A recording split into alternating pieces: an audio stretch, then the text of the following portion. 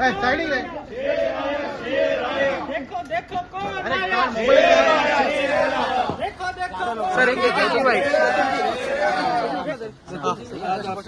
Bell मिल गई तो क्या कहना है? देखिए, सबसे पहले तो थोड़ा पीछे हो जाइए। हाँ थोड़ा पीछे हो जाए ना, फटुआ तो भाई मच्छे है। सर एक मिनट हाँ बोलिए बोलिए सर।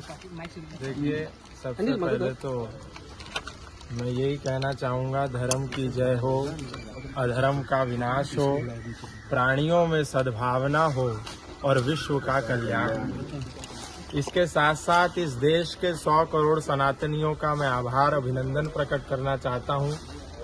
जब मैं अंदर था तो इस देश के सब सनातनी बाहर मुखर होकर के, प्रखर होकर के, ओजस्वी और तेजस्वी होकर के सब आवाज को उठा रहे थे।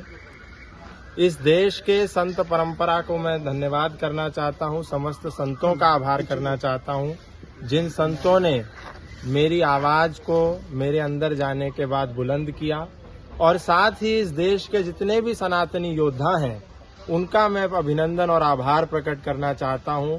अधिवक्ता जितने भी गण थे, लगभग 20-25 अधिवक्ताओं की जो समिति बनी थी, उस सभी अधिवक्ताओं का मैं अभिनंदन और आभार प्रकट करना चाहता हूं।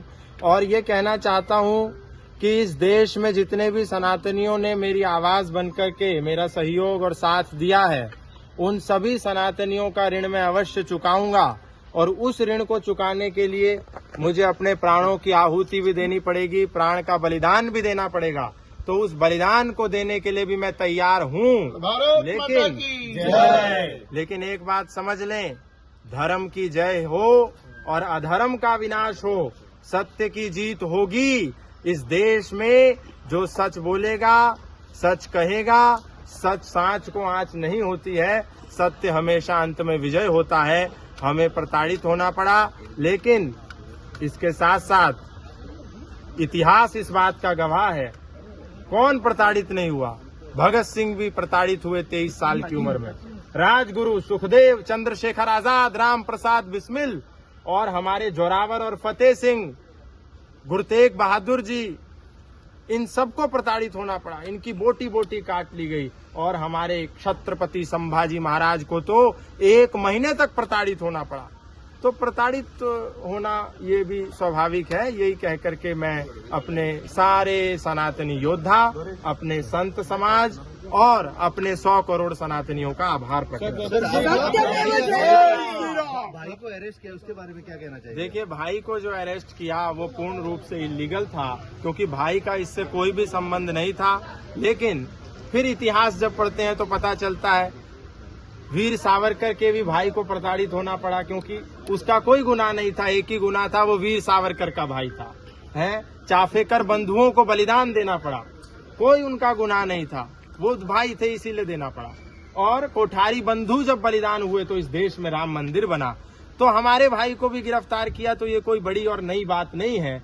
लेकिन दुख इस बात का है कि उसको केवल इसीलिए गिरफ्तार होकर के जेल में 6 दिन दुख, कष्ट, पीड़ा सहन करनी पड़ी, क्योंकि वो गौतम खट्टर का भाई था। केवल इस बात की पीड़ा, इसके अतिरिक्त उस छोटे से बच्चे का कोई भी गुनाह नहीं था। इसका मुझे हमेशा दुख रहेगा। लेकिन मेरी माँ, जिससे मैंने चर्चा करी और जब मैं उसको जवाब नहीं दे पा रहा था, जब रामचंद्र जी के पास उनका भाई लक्ष्मण मूर्छित हो गया, तो वो इस बात से दुखी नहीं थे कि भाई मूर्छित हो गया। मूर्छित तो बहुत लोग हो रहे थे, पर वो ये कह रहे थे कि मैं माँ को जाके क्या जवाब दूंगा, मेरा भाई मूर्छित हो गया, मैं भाई को साबुत लेकर के आया था और भाई मूर्छित है, माँ को क्या जवाब दूंगा।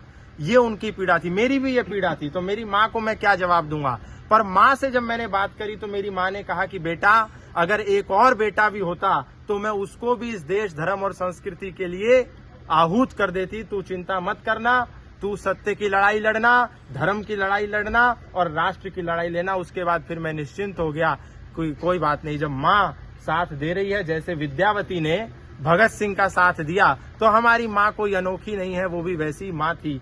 तो माँ ने बोला, फिर हम चिंता मुक्त हो गए। जो स्टेटमेंट आपने दी थी, उस स्टेटमेंट पर स्टैंड करते हुए देखिए, अभी हम ये कहना चाहेंगे, हर्ट हुआ बोलकर आपका ऊपर कंप्लेंट। देखिए, मैं तो ये कहूंगा कि लाखों करोड़ों इस देश में सबसे ज्यादा यदि किसी संत के भक्त हैं तो वो संत आसाराम बापू के भक्त हैं।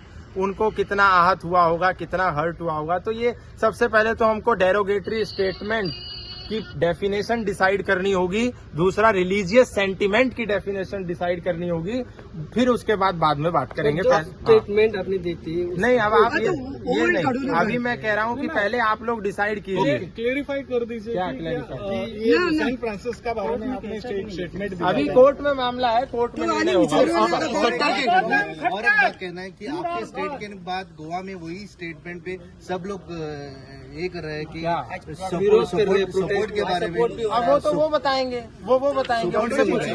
आप कट्टर जी, आपका हेल्थ कैसा है?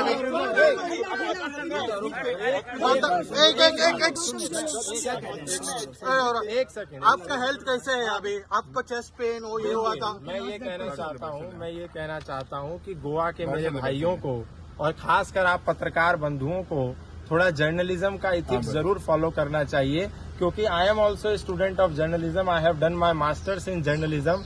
I think गोवंस, especially media persons of Goans, doesn't have the decorum of journalism. So you need to follow the ethics of journalism first. And second thing what I want to say कि आप लोग थोड़ा, अभी देश में क्या है, दो प्रकार के लोग हैं। एक होता है अनपढ़ व्यक्ति, एक होता है पढ़ा लिखा व्यक्ति। और सर एक मिनट, आप जर्नलिज्म के बारे में पूछ रहे हैं ना? ये जर्नलिज्म के लिए आपको ज्ञान मत दीजिए सर, गोवा जर्नलिज्म को ज्ञान मत दीजिए आप। सर डेकोरम मतलब आप सर आप गोवा जर्नलिज्म के लिए बोल रहे हैं। आप अभी इतना बड़ा स्टेटमेंट किया डेकोरम मतलब आपने बोला एथिक्स नहीं पाल रहे, बोल रहे आप जर्नलिज्म आप पाल रहे हैं। जो गोवा में आके स्टेटमेंट कर रहे हैं वो बड़ा हंगामा हो रहा है। नहीं इतना बड़ा हंगामा हो रहा है, वो आपके लिए हो रहा है, ना कि जर्नलिस्ट। अभी देखो आप खुद मुंह पे ला रहे हो। नहीं, आप एथिक्स पालने को बोल रहे हैं ना? नहीं, आप एथिक्स बोल रहे हैं।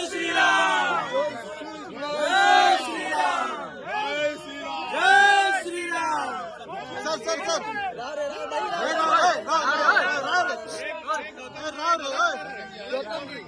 गौतम जी, आपने पीडीएफ नहीं, आपने बोला है जर्नलिज्म सीखना पड़ेगा हमको, आप मत सीखना। तुम्ही पळतात GNH। वाह दादी, डिलीशियस फूड बनाया है। माँ जी के हाथों में जादू है और उनके साथ पंचामृता प्रोडक्ट्स का चमत्कार। तुम इतने डाइट कॉन्शियस हो ना, तभी माँ ने तुम्हारे लिए खास पंचामृता के फोर्टिफाइड चावल और आटे से खाना बनाया। मैंने किचन में सब चेक कर लिया और सबसे अच्छी बात, पंचामृता के प्रोडक्ट्स गांव हो या शहर, हर जगह अपनी महक बरसा रहे हैं। पंचामृता, भारत की पहचान, घर घर में पंचामृता।